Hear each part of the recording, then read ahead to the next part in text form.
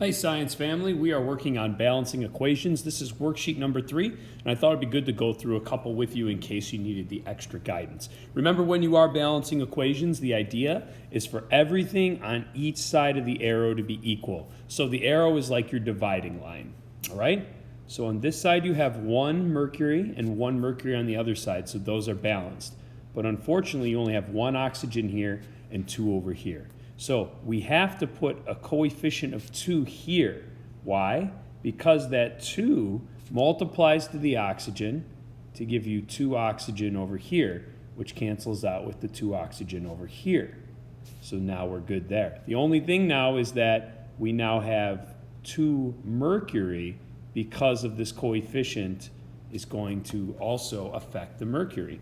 So now that we have 2 mercury, we only have 1 over here. So I'm going to put a 2 right there to give you 2 mercury. In the end, 2 mercury on each side, 2 oxygen on each side. Now it's balanced. You can leave this last spot blank or put a 1 there, but now you are officially balanced. If we go to question number 2, there's a little bit more action here. A thing I want to point out is that NO3, nitrate, is a polyatomic ion and it stays together. So I like to put parentheses around that and keep them together. That makes less for me to actually balance out. So I'm just going to start somewhere and start seeing if anything is not balanced. I've got 1 sodium, okay? 1 chlorine, 1 chlorine. And again, I'm checking on the reactant and product side, the left and right side of each equation here. I've got 1 silver, 1 silver, 1 whole nitrate, 1 whole nitrate. So you know what? This thing is already balanced. Awesome. If we move on to the next one, let's see. On each side of the arrow, I have 1 magnesium, so I'm happy there. Ooh, I have 1 hydrogen and 2 hydrogen there. So if I put a 2 right here, that's going to give me 2 hydrogen in order to cancel out with this hydrogen. But it also distributes to this chlorine, which gives me 2 chlorines. The good news is I already have 2 chlorines here. So it looks like if I have 1 magnesium on this side, 1 magnesium on that side, that's balanced. I have 2 hydrogens on the reactant side, 2 hydrogens on the product side, so that's balanced.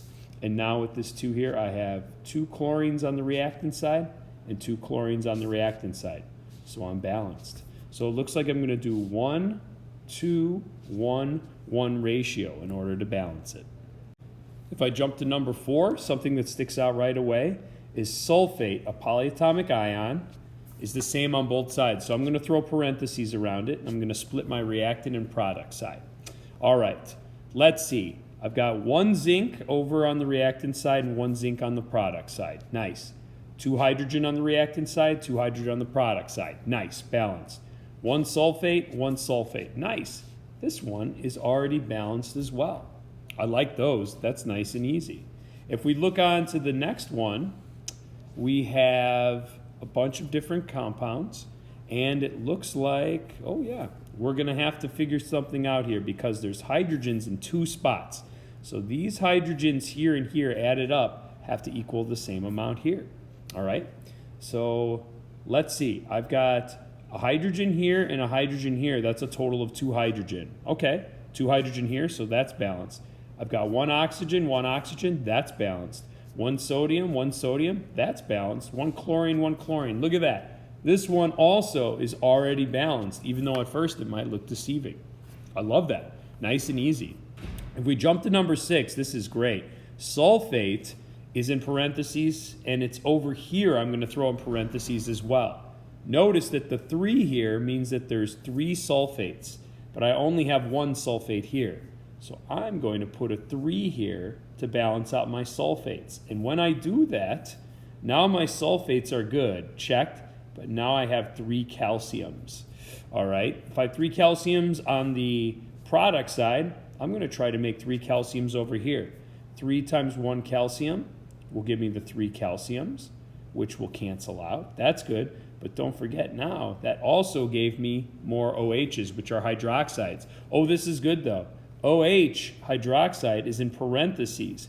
And right now there's 2 of them over here, plus the 3 that comes from over here. And by plus, I didn't mean adding them together. I just meant in addition to. So 3 times 2 gives me 6 hydroxides, all right? So if I have 6 hydroxides on the reactant side, I want to get 6 hydroxides on this side. To do that, I need to multiply it by 2. Why? Because 3 hydroxides times 2 will give me those 6 hydroxides. So that balances out. Now, this 2 also makes 2 aluminum. If there's 2 aluminum over there, oh, there's already 2 aluminum over here. Awesome. That balances out. So let me see. I bounced back and forth a lot. Let me start double checking. Do I have 3 sulfates on each side? Yes. Do I have 2 aluminums on each side? Yes. Do I have 3 calciums on each side? Yes. Do I have 3 times 2 hydroxides, so 6 on each side? 6, yes. And 2 times 3 is 6, yes. So it looks like that is all cleared up. Let me clean this up a little bit so that we can finally put our final answer. And again, if I'm going to clear that up a little bit with all my notes, I think we end up with the ratio of, let me put this down as a 1 for the first one, a 1:3:2:3 ratio. All right? That was a good one. Got messy back and forth. Feel free to use your notes below, though, if that helps you keep track of everything. But all right, these are 6 examples. Hopefully that's a good start for you and some more support. Again, the idea is that all of these added up on the reactant side have to equal the same on the product side. And to do that, we use our big numbers that are called coefficients. And remember, coefficients never add, they distribute and multiply. So again, hopefully that gives you a little bit more of a foot in the door into the world of balancing equations. Nice job, science family. Have a great day.